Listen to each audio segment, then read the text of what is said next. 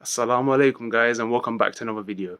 So in this one I want to talk about the positive massive effects that Ramadan has on cancer.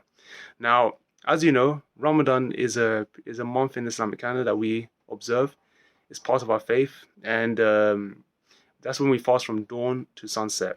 Now, the nature of Ramadan when it comes to fasting and cancer is that it has such a positive effects that it can essentially kill cancer cells over time because you're starving the cancer cells.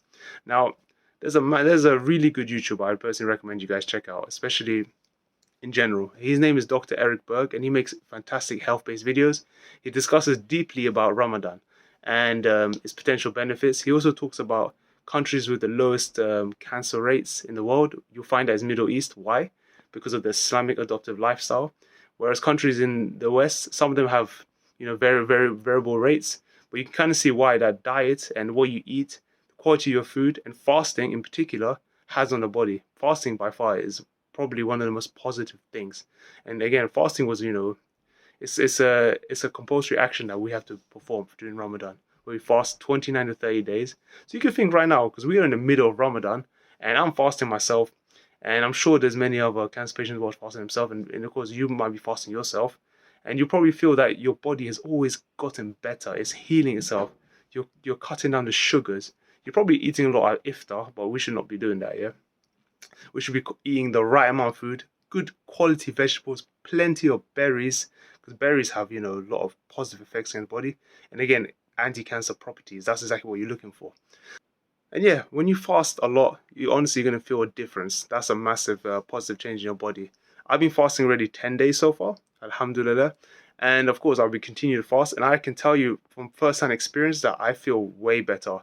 I already know that I'm not suffering the effects of cancer as much as I used to. And I'm sure many out there are not suffering the effects of cancer as they used to themselves. So fasting has a massively positive effect.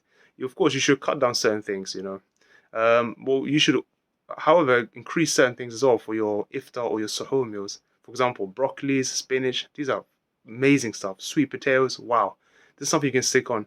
Cut down the oily foods. Stick to turmeric, olive oil, black seed oil. These guys are fantastic to have. And dates. Dates is well known for anti-cancer properties. So when you break fast with a date, that's there's it's all part of a religion. Of course, our religion is from Allah subhanahu wa ta'ala, so He knows exactly what is good for your health, and this is why specific things are eaten during Ramadan. And it makes sense, it all kind of links back together. That's why when we look back, look at some research on Middle East and you see why they have the lowest cancer rates and their kind of diet. And for Dr. Eric Berg, he also recommends a keto diet, which is fantastic. Tons of specific vegetables, and it's best to have a quick look at that.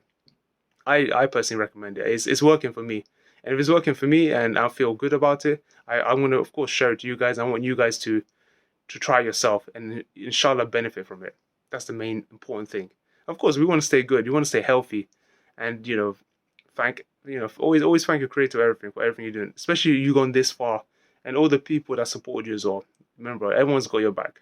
And if you need if you want to talk, have a chat with me, of course, you can always reply back to my comment sections, and I'll get back to you guys through, the DMs that you guys send and all that stuff. But most importantly, consider Ramadan for fasting. Do not back out of it because you're a cancer patient. Unless you have specific diabetic issues or something on top, then yes.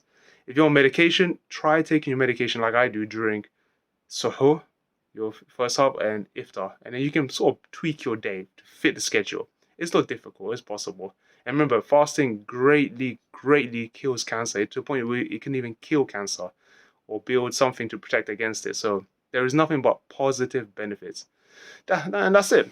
Thank you for watching, guys, and I hope this helped you guys. Let me know if you need any other questions, and yeah, see you next time.